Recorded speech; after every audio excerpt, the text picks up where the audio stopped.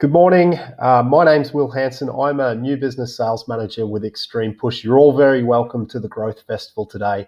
I want to take the opportunity to thank Digital Ethos for having me. I understand I do look like Marv at the moment. I haven't been out for a haircut for a little while, so I apologise for that. Today I'm going to be talking all things customer engagement and data. Xtreme Push is a data and engagement platform. We're based out of Dublin, but with offices in the UK as well. So without further ado, I'm going to kick on into it. This is pre-recorded, obviously, so I beg your pardon if I have any technical difficulties, but we will be live with some Q&A at the end of the presentation today. Firstly, I want to set a little bit of an agenda on who I am and why I am presenting today, who Xtreme Push is and why we're presenting. I'm going to cover off on the big topics around data, privacy, and permission-based marketing. These are the things that we're hearing from our customers and our prospective customers about what is important to them across their marketing funnel or across their marketing flywheel. I want to talk about the current marketing environment today, and particularly around the martech stack. We are a martech provider at Xtreme Push. It's what we do with data and customer engagement. So I want to talk about what we're seeing in the market and where some of the trends are going with that. I also want to then talk about how we're reimagining customer engagement, what that looks like for brands on the ground and for marketers like yourselves that are tuned in today, and what we see as some of the best channels and best practices kicking around. We'll then finish with Will's top tips. No, they're not going to work in Paddy Power, unfortunately, but hopefully we can give you some insights and maybe some Q&A. Firstly, why is it relevant coming from me? Who am I? Why is this Australian screaming down the screen at me? And I do apologise for my Aussie accent. Don't hold it against me. But I want to just fill you in a bit on my background. So I've been working in sales and marketing roles for a number of years, over 10 years. I've worked in everything from government with Tourism Queensland back in Australia in marketing. I've worked at the forefront of small businesses. I've run a hostel in Edinburgh for 2 years as a tourism operator. I've also worked in Hong Kong for 4.5 years as a sales and marketing manager with a great direct consumer brand in Teamwear, a group called Tsunami Sport, a small family brand. So very similar to maybe some of the brands that are on the call today and listening. So I've sat on that side of the business for the last 3 years. As I said, I'm based in Dublin. I've been working for marketing technology companies and most recently Xtreme Push for the last 9 months. That's all grand and well to kind of big note myself, but what I want to get across is that I've sat on both sides of the coin, and hopefully I can give you some best tips and best understandings of what I'm seeing in the market and what's relevant to you as data-driven marketers. I am a new business sales manager. I am a salesman, so don't hold that against me. I know that is a dirty word. This isn't a sales pitch today. This is going to be a bit of a discussion on some kind of key topics that I think are relevant to us today. But I will kick off with a little bit of an explanation about who Xtreme Push is. This is our great little slide that our marketing team put together with a mouthful of an elevator pitch. But to go into it, Xtreme Push is a world-leading engagement and personalization and data platform. We're purpose-built for delivering mobile-first, multi-channel customer experiences. So it enables businesses to acquire new customers, communicate more effectively with existing customers through automated, real-time and relevant messaging. We're a full email service provider. We have a full CDP stack. Ultimately, what that means is we help businesses make money, save time and build customer loyalty. We're massively proud of being the top of the challenges, as you can see in the Gartner Magic Quadrant for mobile marketing platforms this year. We're the only company in there that's not VC funded and massively funded out of the States or out of the UK. That's in there punching well above its weight, and we're in there with some of the really big market leaders without me calling out competitive brands on this webinar to start out. We were founded in Dublin in 2015. We work across 9 countries, main offices in Dublin, as I said, and in the UK. We have over 70 staff, and we own all our own technology. So we're built with marketers in mind first. We're a data company that is built from the ground up for marketers to use on the daily and be able to get great results out of us. We specialize in multiple verticals. We're not tied to one vertical. And I'll show you on my next slide some of the customers that we're working with and some of the verticals that we're working with. We have over 200 plus clients. This is our brag slide, but essentially what I want to highlight here is that we work with a big variety of customers across our book, our managed book of business, and we work in the retail banking and financial services sector very heavily in the app area, that with some of the big banks, pillar banks in Ireland. We're massive in the sports betting and gaming industry and work with a lot of the top companies in that area, particularly around their app engagement and their website engagement. Travel and transport had a shocking year, obviously, in that vertical, and I'm sure there are a few people on the call that are working in that area. So my heart goes out to you. 2020 was a challenge, but hopefully that vertical turns back on in 2021. E-commerce, we work with big retailers all the way down to small hospitality brands that are doing click and collect delivery at the moment. A great way to get a pint here in Dublin, and probably the only way to do that too. We're also heavily involved in the publishing and media space, working with real-time events in that area very heavily. But that's just to give you a bit of a scope from where I'm coming from and from where Xtreme Push is coming from with some of the customers that we work with. We work with them across a spectrum of channels, all owned channels and first-party data channels. I'll call that out because as we dig into these topics, it'll become clear where I think marketing spend and advertising spend should be going over the next year or so. As I click into our next slide, I want to talk about the hot topics today. My hot topics around data are all about permission and privacy. I think that these are massive topics. There's a lot of news and a lot of talk around in the wider digital marketing industry about these things at the moment. We've heard of the impending demise of the third-party cookie. We've seen GDPR come in. I think people are starting to ignore it a little bit now, and I don't think that's a good idea. We've seen its counterpart, the CCPA, kick in California. That's going to set the precedent for the American marketing industry as they advance, particularly with the new Biden presidency. I think it's going to come to the forefront again, privacy and data. They're not topics that are old. They're not topics that are going away. And one of the reasons that they're not going away is this little statistic that I'll call out here. 86% of customers are still worried about their data and privacy, and with good reason, given some of the things that the bigger players in the market have done and been up to. And it's one of the core things that we try to address with brands at Xtreme Push, regardless of their kind of vertical industry. And that's looking at helping giving control and permission back to their customers for their data. At the end of the day, the ethos of the laws and the pushback that we're seeing in this environment on how data is being used and monetized is going that way. People need to be ahead of it. The big guys are the only ones getting in trouble at the moment, but I don't think that that's necessarily going to be the case moving forward. And I think that brands that get ahead of this and get on board with it are going to really stand to benefit from that in the long term. The empowerment of the customer and the consumer around their data has led to big seismic shifts within the marketing and digital industry, particularly at the top of the funnel around acquisition. We've seen Safari and Mozilla already dismantle third-party cookies. We've had the IDFA, which is the iOS blocker on acquisition within the mobile marketing space, and its Google equivalent already kick in for the app area. And now the biggest player of all, Google Chrome, is getting rid of third-party cookies at some stage in this year. Now, why is that big news? I'm sure you've all heard of it as marketers. 56% of the browser market is Chrome. So it is huge. It's how Google make their money with third-party cookie advertising through display. And it's an area that's going to have massive repercussions across the advertising ecosystem. What we're envisaging is that the top of the funnel or the top of the flywheel, acquiring customers, new anonymous customers, either onto your app or onto your website, is going to become a lot harder. Third-party cookie pools are going to devolve. We're going to lose a lot of the matching and lookalike ability there. And it's going to change, ultimately, the number of new customers that you're getting onto your website, onto your digital properties and engaging with you. This is going to shrink, and we're going to have to start to conceptualize where we should be putting our advertising dollars if they're not effectively being used at that part of the funnel into different areas. One big part that isn't changing, though, is that first-party cookies are not going anywhere. When we talk about first-party cookies, obviously we're talking about all the data that you track as a brand that's permissible and usable, and that's where a player like Xtreme Push comes into.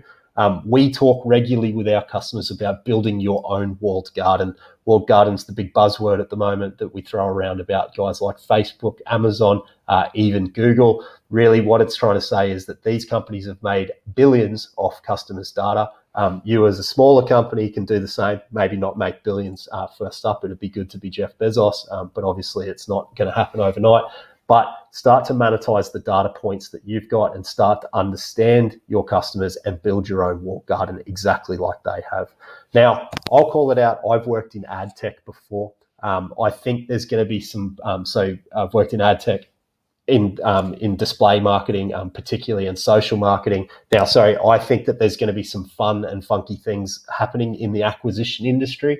It's a topic that I find very interesting. My gut is that we're going to see a big trend back to some of the tried and tested channels that programmatic is still going to be able to tap into, but we're looking at things like contextual media buys. I think brands are going to need to double down on their social spend, definitely for certain types of brands like e-commerce. That's the big play for them. Look at your different social platforms and double down on where it needs to be. And of course, look at your whole of marketing mix, not just digital. Keep an idea on things that are emerging, things like Spotify, hugely relevant at the moment. I'm hearing some great ads on audio, start to play in some areas there, but also look outside of your digital marketing sphere, as I said, and think about traditional marketing channels that might be coming back, where you can know that you're getting eyeballs onto your brand. But I think what's most important for marketers moving forward is having in place a marketing tech stack that allows you to ingest all of those data points that your customers are engaging with your brand and use it in a marketer-friendly way to engage with your customers and community.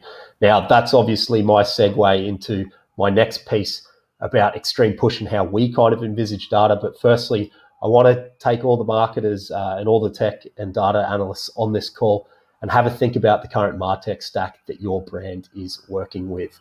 I'm sure that you've got plenty of platforms, plenty of different lock-ins, plenty of different seats that you're playing with at the moment, plenty of different platforms. I guess this is my funny slide for the day. It's a bit of a Frankenstein monster. Traditionally, what we're seeing is some sort of CRM at the top of the marketing system, at the head of the marketing system, multi-channel marketing hub, kind of in the middle, that's driving some of the decisioning and understandings around your data. And then it's a pick and mix of different point solutions. They're kind of dangling like Frankenstein's limbs there off the bottom. So personalization engines, A/B testing kits, live chat platforms, single channel vendors in the email space, in the push space, maybe in the SMS space, even in your top of the funnel kind of display space. So it's a real Frankenstein. What we're seeing and what we're trying to envisage at Xtreme Push is the shift into a one platform environment that allows you to control all of this in one place and be able to engage with your customers in one place. How that actually looks, we've obviously got our little loop. I'm sure you've seen many different types of this. HubSpot have their flywheel. Different brands have their different things. We've got to stop thinking about funnels when we start talking about customers. I know I've used that term 4 or 5 times already in the presentation, so my marketing manager will shoot me for that. But let's start to think about how the martech stack is a unified platform. How do we do that at Xtreme Push? Firstly, we understand and gather and analyze user data across all touch points for a single customer view. So our whole ethos is an open API environment that will talk to all the different systems and platforms, offline and online, that you're using as a brand to get that single customer view. That's going to help you understand your customer's digital journey, identify new opportunities, and optimize your campaigns for those customers.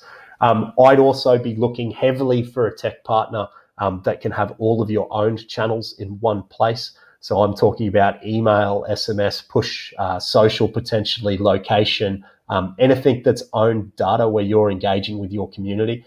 Try and have that in one place where you can access it, tie it into your data, and be able to engage with it.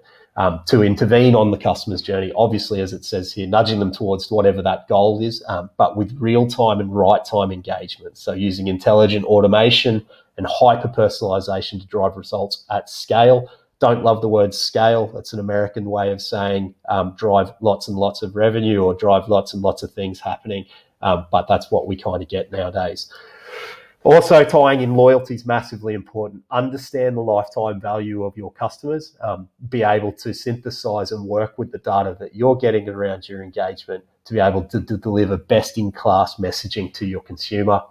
And how does that loop finish out? We talk about the influence loop. Now, that's not just getting a customer or a prospect to finish off whatever they're doing. Maybe it's buying a pair of shoes, or maybe it's booking a holiday, or it might be downloading an app. What we talk about with influence is also influencing your key business metrics. If you're a bank, that might be lifting customer satisfaction and understanding where your customers are having trouble within your app. If that's an e-commerce brand, it's obviously going to be sales. If it's a gaming brand, it's often things like getting new users adopted onto new games and things like that. Think about all of those different scores within your business that you need to report on, and have a marketing engine that allows you to report on that. And then guess what? It feeds back into the understanding point, and we start again. What does that look like in practice for brands that work with Xtreme Push, for instance?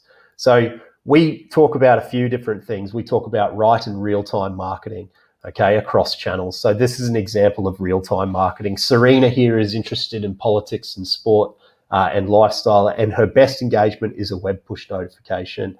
She's had a notification here about politics. This is real-time marketing. Something's happened in her local electorate and she's getting it instantly. It's something that we solve for publishers and for brands that are looking to do real-time engagement. This is massively important. I was looking at the news the other day, obviously very interested in what's happening over in the US with the Capitol building. I had a great email from one of my news brands that I follow, except I didn't check my email until Monday morning. The news was 3 days out of date, and I'd already engaged with an app push from another competitor of theirs and put eyeballs onto their newspaper or their news article. So that's an example of great. They've done half the segmentation, but they haven't gone the whole way with the real-time push or the real-time channel to engage with me. Now we talk about right-time marketing. Here's an example from an e-commerce brand.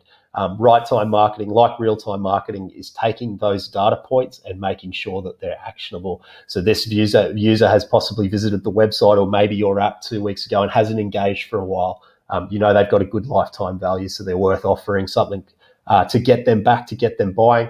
That might be 20% off for me when I'm on my Nike store or whatever it might be. They know that I am best accessible in my mobile channel from a mobile notification because I'm in their app. And they know that I'm always in the app at 10:30 a.m. Maybe I'm going for a run or setting up or whatever it might be. That's an example of right-time marketing, hitting the customer with the right message at the right time. Other things to look out for martech providers that I think are great add-ons, and a lot of guys will have this, maybe not in as much depth as Xtreme Push, but make sure you're looking at omnichannel journeys. So when we talk about omnichannel journeys, an example that I've got here is for a banking client around a loan application. This is a decisioning tree pushing a customer from point A to point B to potentially point C, built for marketers first. With the understanding of being able to tap into all of those different channels that you've got and owned in your one platform solution, and building out understanding around what the best customer message is at the right time, depending on how they're engaging with your brand. This is relatively advanced and is kind of something that we're offering, and I know a few other brands are offering it. But if you are looking at martech vendors, make sure you're seeing this type of feature with trigger-based sending, definitely with personalized content, workflows like this that are contact-centric. So when we talk about that, it's contact-centric in the sense that it's building out those contacts and making sure that you understand your customer, and from a marketing person's perspective, that it's visual and very much usable. I've gone on, and I know I have done a little bit of a sales pitch there about Xtreme Push, but I will leave you with Will's top tips. All of the types of technologies that I'm talking about are not out of reach for SMEs or for mid-market brands. Now, you do not need to be Nike or McDonald's to be using your data. You do not need to be going to the big players in the market that are hard to stand up and hard to execute. There are brands out there like Xtreme Push. There's not many that are multi-channel data platforms and engagement platforms that will address your digital needs. I would suggest having a look at some of the industry experts around this, like the Gartner Magic Quadrant for mobile marketing platforms in particular, or multi-channel marketing hubs. You'll see some of the acquisitions that are going on with the big guys. Again, my marketing team will hate me saying this. Look at what Salesforce have just bought with Slack. Look at what Twilio have just bought with Segment. They're trying to invest in technologies that are taking them away from one-point solutions or solving for single solutions that they have traditionally been. It's what the big guys are doing, and the new players in the market, or the strong players in the market, will be the ones that are getting ahead of this. Don't just have a partner that can only do email and that's it. Try and look for a partner that can go out and do that. That's not to knock point solutions. For some brands, they're definitely the right way to go.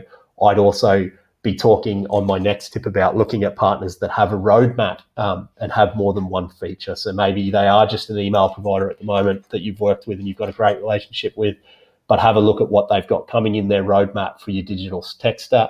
Make sure it's modular.